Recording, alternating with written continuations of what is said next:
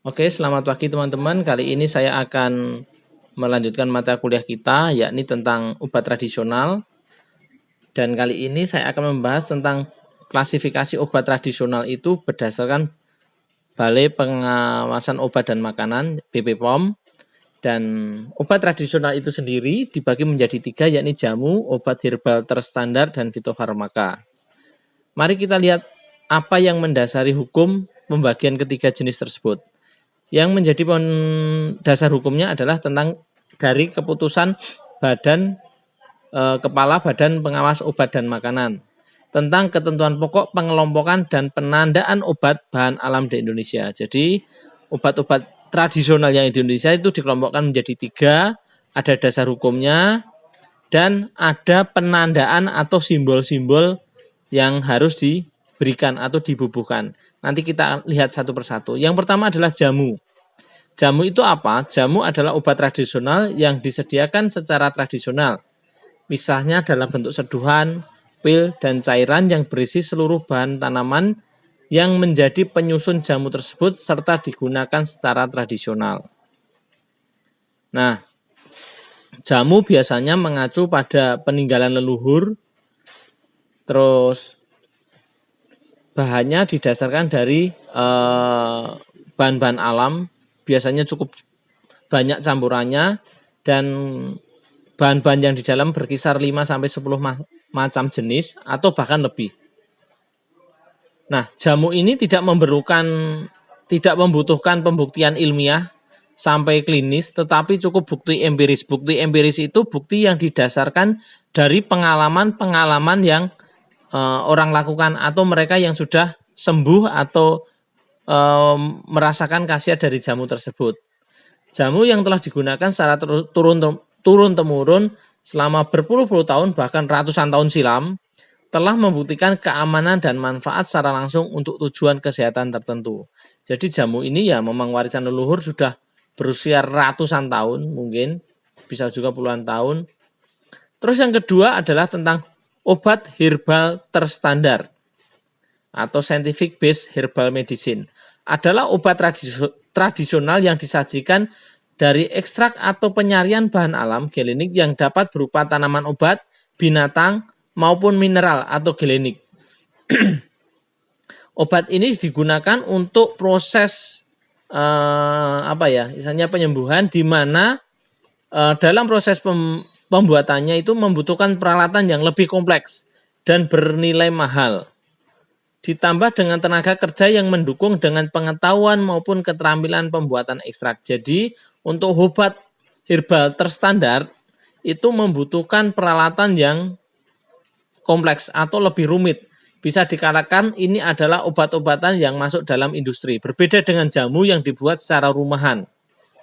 Nah, peralatan tersebut ditunjang dengan pembuktian ilmiah berupa penelitian-penelitian preklinik seperti standar kandungan bahan khasiat, standar pembuatan ekstrak tanaman obat, standar pembuatan obat tradisional yang hygiene, dan toksisitas akut maupun kronis.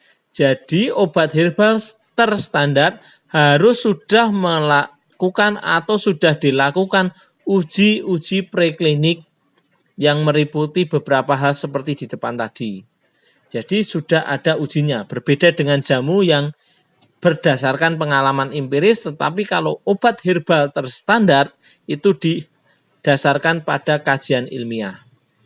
Yang ketiga adalah fitofarmaka atau clinical based herbal medicine.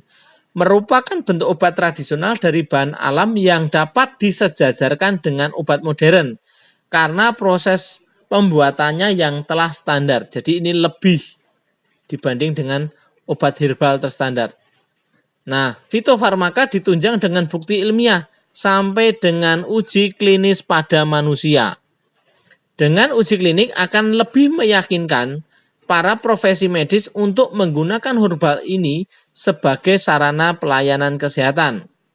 Masyarakat juga bisa didorong untuk menggunakan obat ini karena manfaatnya jelas dengan pembuktian secara ilmiah. Jadi ini grade-nya lebih tinggi dari obat herbal terstandar. Nah, kita lihat logo-logonya. Logo obat asli Indonesia ada 3, yakni logo jamu, seperti bentuk batang, lancip-lancip, itu jamu. Terus kalau logo obat herbal terstandar, itu bentuknya seperti tanda bintang, ada 3. Sedangkan logo fitofarmaka itu bentuknya seperti salju ya. Kalau Anda melihat bentuk-bentuk salju itu seperti ini. Jadi ada anak panah yang masuk ke dalam. Terus kita lihat jamu, ada juga jamu itu logonya seperti daun. Ada daun dilingkari berwarna hijau. Nah, kita lihat penjelasannya. Jamu berbentuk lingkaran, lambang sebuah proses dan aman. Jadi ini filosofinya. Warna hijau dan kuning adalah wujud dari kekayaan sumber alam hayati Indonesia atau keanekaragaman hayati.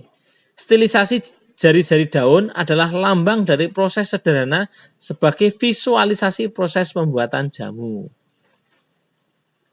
Nah, untuk membuat jamu harus memenuhi kriteria aman sesuai dengan persyaratan yang ditetapkan, klaim khasiat secara empiris dibuktikan berdasarkan data empiris, pengalaman, terus memenuhi persyaratan mutu yang berlaku. Terus kita lihat yang kedua, obat herbal terstandar. Bentuk lingkaran, lambang proses yang aman, sama, warna hijau dan kuning, yang kontras warnanya menerjemahkan sebagai kekayaan Indonesia, stilisasi jari-jari daun, 3 pasang, lambang serangkaian proses pembuatan ekstrak tumbuhan obat. Ada uji lab, uji toksisitas atau uji racun, dan uji preklinis.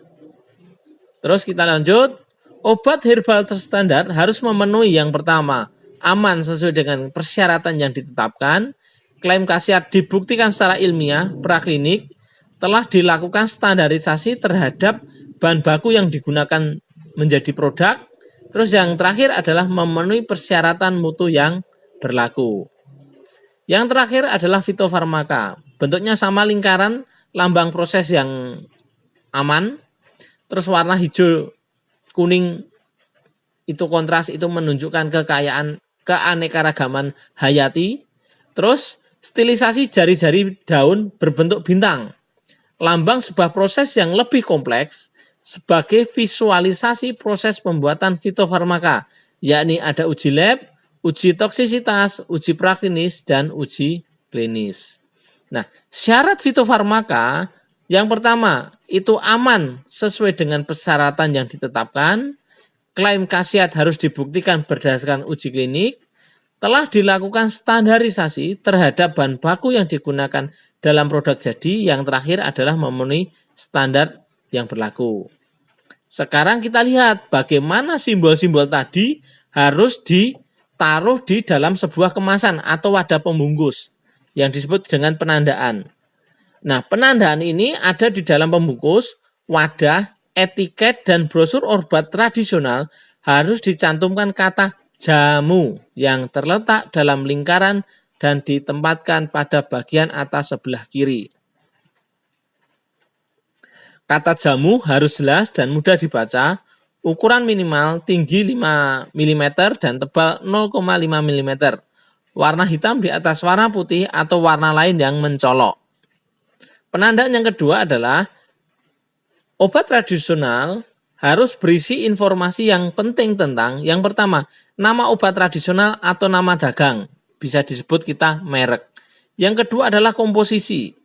Yang ketiga adalah bobot, isi atau jumlah obat tiap wadahnya atau di dalam kemasan itu isi dan bobotnya berapa. Yang keempat adalah dosis pemakaian.